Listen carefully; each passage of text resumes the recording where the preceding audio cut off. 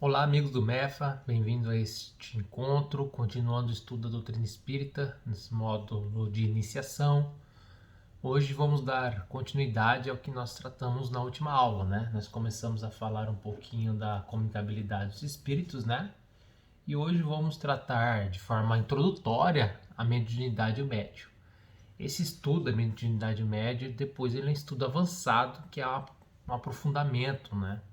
No conhecimento de tudo que envolve. Até há um livro, né? Nós já comentamos, o livro dos médiuns, que é um livro bem extenso, bem complexo, né? Faz parte do Pentateuco Kardecista, que vai desmiuçar essa questão. Então hoje a gente vai tentar compreender um pouquinho, né? O que se entende por mediunidade, um conceito de mediunidade, né? Qual que é a sua finalidade. Então é uma parte introdutória, mas que eu garanto que causa bastante interesse, né, para todas as pessoas. Então vamos agradecer aos espíritos de luz por essa oportunidade e pedir as bênçãos para que possamos continuar firmes no nosso estudo. Que assim seja. Vamos lá, pessoal.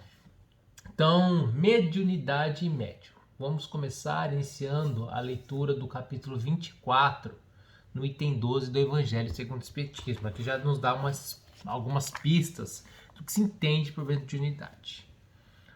Diz aqui o item 12 do capítulo 24 do Evangelho segundo o Espiritismo. Jesus se dirigia sobretudo aos pobres e aos deserdados, porque são os que têm maior necessidade de consolações. Aos cegos dóceis e de boa fé, porque pedem para ver, e não aos orgulhosos que creem possuir toda a luz e não ter necessidade de nada. Essas palavras, como tantas outras, encontram sua aplicação no Espiritismo. Admira-se por vezes que a mediunidade seja concedida a pessoas indignas e capazes de fazer mau uso dela. Parece, disse, que uma faculdade tão preciosa deveria ser tributo exclusivo dos mais merecedores. Então aqui já ele introduziu que essa questão, né, da passagem de Jesus, já trazendo junto ao Espiritismo. Digamos primeiro que a mediunidade se prende a uma disposição orgânica de qual todo homem pode estar dotado, como a de ver, de ouvir e de falar. Então é uma disposição de todos os homens. Não há uma da qual o homem, em virtude do seu livre-arbítrio, não possa abusar, e se Deus não houvesse concedido a palavra, por exemplo, senão aos que são incapazes de dizer coisas más, haveria mais mudos que falantes. Deus deu ao homem as faculdades e o deixa livre para usá-las, mas pune sempre aquele que delas abusar. Então, a mediunidade é a disposição praticamente orgânica a todo homem. Então, seja um homem de boa índole ou de má índole, como a fala. Então, aqui já tem um ponto, pessoal. Médium não é aquela pessoa, né? Todos nós temos isso intrínseco em nós. Uns desenvolvem, outros não. Então é uma faculdade, né? Um livre-arbítrio. E de utilizar ela, tanto de desenvolver, de utilizá-la para o bem ou para o mal. Continuando aqui. Se o poder de se comunicar com os espíritos não fosse dado senão aos mais dignos, qual aquele que ousaria pretendê-lo? Onde estaria, aliás, o limite da dignidade e da dignidade? A mediunidade é dada sem distinção, a fim de que os espíritos possam levar a luz em todas as fileiras, em todas as classes da sociedade, ao pobre como ao rico, aos sábios para os fortalecer no bem, aos viciosos para os corrigir. Estes últimos não são os doentes que têm necessidade de médico? Porque Deus não quer a morte do pecador, ou privaria de socorro que pode tirá-lo do lamaçal?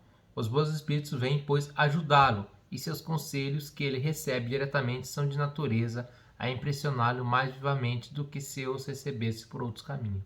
Então, pessoal, a mediunidade é dada a todos. E ela vem socorrer, né? Principalmente a nós aqui, condição de humanos encarnados neste planeta, neste momento, de espíritos imperfeitos, né? A nos socorrer. Aí, continuando aqui. Deus, em sua bondade, para lhe poupar o trabalho de procurar luz ao longe, lhe coloca na mão. Não é bem mais culpado se não as considerar?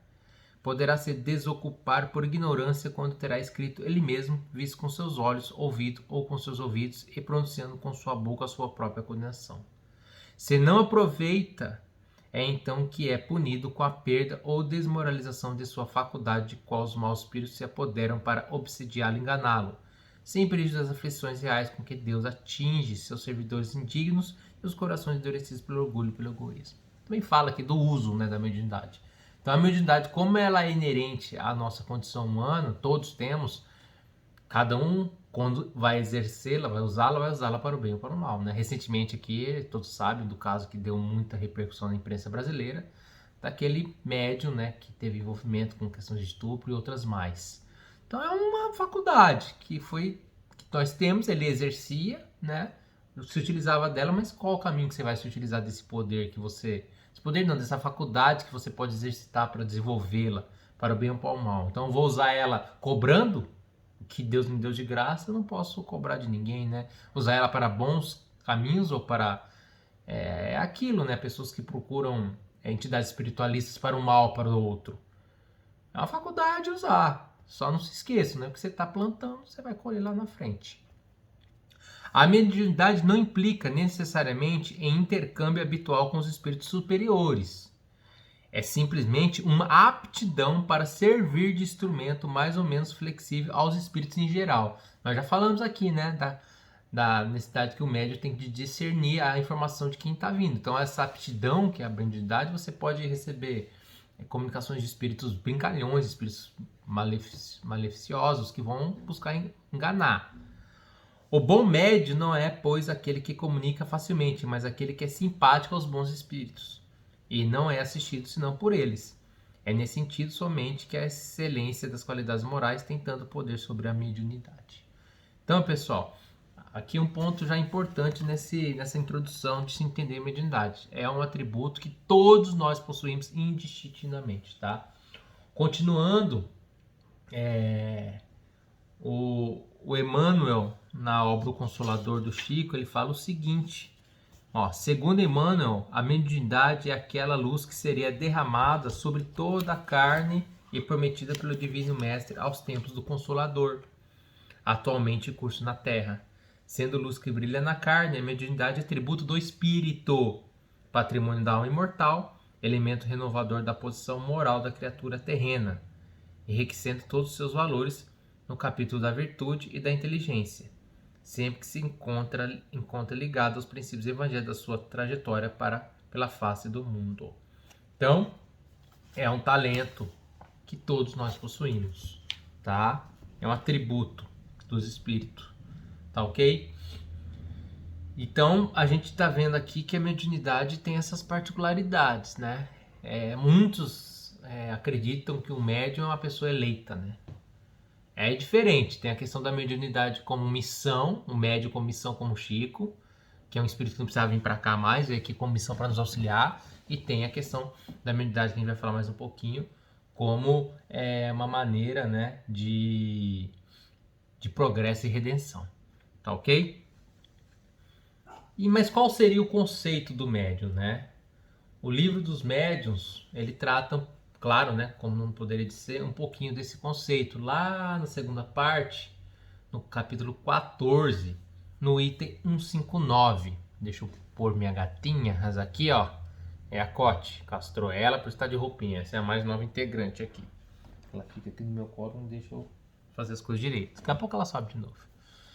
Então vamos lá. Conceito de médium. O que diz o livro dos médiuns? Item 59, capítulo 14. Todo aquele que sente, num grau qualquer, a influência dos espíritos, é por esse fato médium. Essa faculdade é inerente ao homem, por isso que eu falei, é de todos, é inerente. Não constitui, portanto, um privilégio exclusivo. Pessoas já repararam que o espiritismo não tem privilégio? Ninguém é privilegiado? Diferente do que ocorre no Brasil, né? Principalmente com as suas leis, eu que sou operador do direito, posso falar com um certo conhecimento de causa. O Brasil é o país dos privilégios, né? Então a gente vê privilégios aí para as categorias mais diversas que se mantêm firmes nesses privilégios, né? E adoram arrotar uma moral de goela, né? Porque ninguém mexe no privilégio. O espiritismo já é diferente disso. Ninguém tem privilégio. Ninguém nasceu privilegiado. Todos os espíritos nascem simples e ignorantes. A mediunidade não é escolhida. Você vai ser, você não vai ser. Ela pode vir como missão, é diferente. O cara teve a missão de vir como médium, né? Como Chico, mas é missionário. Em razão da evolução do espírito dele, veio nos ajudar. Mas então ela não é um privilégio. Por isso mesmo, raras são as pessoas que dela não possuam alguns rudimentos.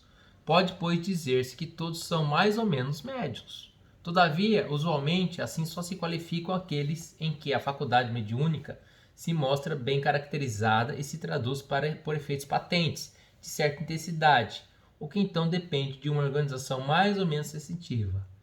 É de notar-se, além disso, que essa faculdade não se revela da mesma maneira em todos. Então, cada um tem uma particularidade nessa mediunidade. Geralmente, os médios têm uma aptidão especial para os fenômenos desta ou daquela ordem, de onde resulta que formam tantas variedades quanto são as espécies de manifestações. As principais são a dos médios de efeitos físicos, de médios sensitivos ou impressionáveis, médios audientes, dos videntes, dos sonambúlicos, dos curadores, dos pneutógrafos, dos escreventes ou psicógrafos, tem o médio clarividente. Então é aí que eu estou falando. Hoje a gente está falando da introdução da mediunidade disso, depois vocês vão estudar, quem aprofundar no tema vai estudar cada uma dessas particularidades. E também, a partir do momento que você começa a exercer ao trabalho, né, na casa espírita, dentro da espiritualidade, você vai começar também a compreender qual que é a sua característica, né, dentro desse trabalho, tá ok? Então, também temos um outro conceito de médium, que também está dentro do livro dos médiuns, lá no capítulo 22, no item 236. O item 236 fala da mediunidade dos animais, tá, pessoal? Eu não, confesso que esse tema eu ainda não estudei se os animais teriam um grau de mediunidade ou não, mas só para falar que também tem houve essa também indagação e vai estar a resposta lá no livro dos médiuns. Primeiramente, entendamos-nos bem acerca dos fatos. O que é um médium? Está no livro, né, dos médiuns, nesse item. É o indivíduo que serve de traço de união aos espíritos, para que estes possam comunicar-se facilmente com os homens, espíritos encarnados. Por conseguinte, sem médium não há comunicações tangíveis, mentais, escritas, físicas, de qualquer natureza que seja. Então, a mediunidade, pessoal, é esse conceito de comunicação, tá? Vai haver uma comunicação dos espíritos encarnados com os espíritos desencarnados. Estão ouvindo meus cachorros aí porque eles meio que acordaram. Continuando. Então nós estamos, né, ficou bem claro aí que a mediunidade, depois dessas leituras desses itens, né, a gente pode ver que a mediunidade é essa comunicação. Não se esqueçam, né?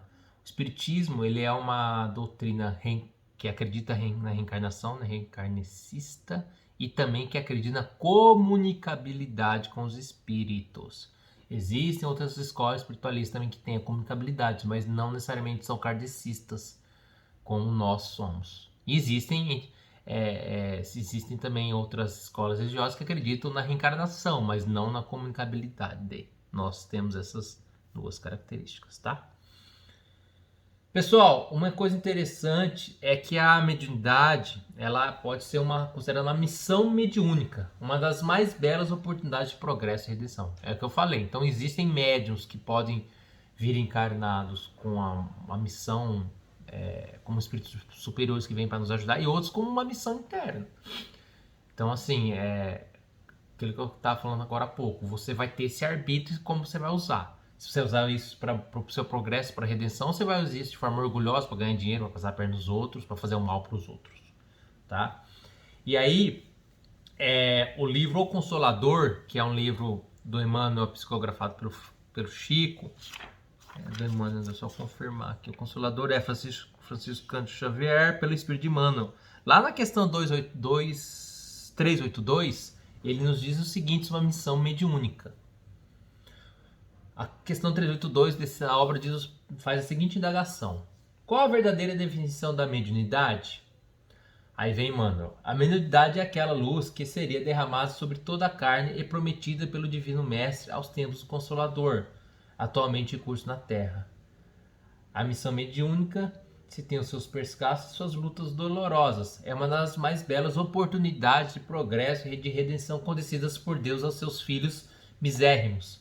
Sendo luz que brilha na carne, a mediunidade é atributo do espírito, patrimônio da alma imortal, elemento renovador da posição moral da criatura terrena, enriquecendo todos os seus valores no capítulo da virtude e da inteligência, sempre que se encontre ligado aos princípios evangélicos na sua trajetória pelo face do mundo. Então é uma oportunidade de produção, né, progresso e de redenção. Mas como que eu vou utilizar? Sempre trabalhando na seara de Cristo, pessoal. Só buscar o evangelho. Você buscar o uso da sua mediunidade para buscar trazer o evangelho de Cristo, né, nessa comunicabilidade tanto com nós aqui encarnados, também nos trabalhos que se fazem com espíritos encarnados, também dando a orientação para os nossos irmãos que às vezes não estão na terra, estão na erraticidade, estão do outro lado, mas que ainda estão no erro, estão no orgulho. É você fazer o trabalho evangélico. Você usar essa comunicabilidade para ajudar, né, para fazer a ajuda. Então isso vai te ajudar muito. Eu já me deparei com algumas pessoas que sempre tiveram essa, não são necessariamente não eram espíritos, mas falam, eu sempre tive às vezes escuta as coisas, tem uma sensibilidade. As pessoas, se você tem essa característica, tem que procurar o trabalho, tá, pessoal? E a mediunidade não é é um atributo de todos os humanos. Então, o cara pode estar exercendo a mediunidade dentro de uma escola evangélica, dentro do catolicismo, dentro do Islã, dentro do judaísmo. E ele tá, só que aí nós espíritos estudamos, né, buscamos uma maior compreensão disso, né? Então, trazer uma linha, tanto que tem pessoas de outras escolas religiosas que acabam após procurando o espiritismo, porque tem essa mediunidade e as outras escolas religiosas não trazem respostas, né? Ou não creem nisso, ou falam que é trabalho do demônio e assim vai. Tá ok? Então os médios eles são utilizados para a transmissão dessas mensagens e é uma oportunidade redentora. E para você ser um médium, você tem que estudar, né? Lá dentro do Movimento Espírita Francisco de Assis, a gente tem buscado, sob a liderança do nosso presidente Henrique, sempre essa conscientização daqueles que querem trabalhar na seara de Cristo. No exercício da mediunidade, muitas vezes, que tem que estudar, tem que compreender, tem que conhecer o Pentateuco kardecista, né? Conhecer as obras, conhecer como se traz essa comunicabilidade. Aquilo que eu falei, a gente está vendo uma introdução. Quem de fato está buscando algo a mais vai se aprofundar nesses temas aqui, pessoal. Principalmente na mediunidade para fazer o trabalho como deve ser feito na seara do nosso Senhor Jesus. Beleza? Então hoje este era o tema, né? Uma introdução da mediunidade do médium. Espero que vocês estejam acompanhando. Reforçando novamente que o MEFA, a minha aula vai posterior à reabertura, né? Mas quem não está sabendo, o MEFA abre agora amanhã, né? Dia 19, estou gravando essa aula de 18 de julho. Amanhã o MEFA reabre com atendimento limitado a pessoas, né? Uso de máscara, álcool em gel. São regras, pessoal, regras que devem ser cumpridas por todos aqueles que querem continuar a viver em sociedade, né? Vou até além, né? Eu acho que essa regra também vai começar, deve incluir que as pessoas se vacinem, né? Que não só que a pessoa que opte em vacinar, mas ela vai ter um ônus aí, vivência social. É evidente que tem uns que não podem vacinar por certas doenças, esses são diferentes, porque não tem essa faculdade. Agora, quem tem a faculdade e não exerce, tem que fazer, arcar com o livre-arbítrio. A gente sempre tem que falar de livre-arbítrio. Falamos da mediunidade, você pode usar para o bem e para o mal. Então, o livre-arbítrio sempre está ao redor aqui da nossa vivência. Beleza? Então vacine-se. E para finalizar, leiturinha, né? Jesus Atualidade, Joana de Ângeles. Vamos lá. O crer é uma decisão grave de maturidade emocional e humana. A crença vive inata no homem, aguardando os estímulos que a façam desabrochar-se, enriquecendo de forças a vida. Há uma crença automática, natural, herança arquetípica das gerações passadas, que induz a aceitação dos fatos, das ideias e experiências, sem análise racional. Existe aquela outra, que é resultado da elaboração da lógica, das evidências, dos acontecimentos com os quais a razão anui. Cresce, portanto, por instinto e por conhecimento experimental. Então, a gente está buscando aqui crer também pelo conhecimento. Muito obrigado, tenham todos uma ótima semana, permaneçam na seara de Cristo, não se esqueçam das suas orações, vigiai e orai sempre. Que Deus continue nos abençoando. Muito obrigado a todos.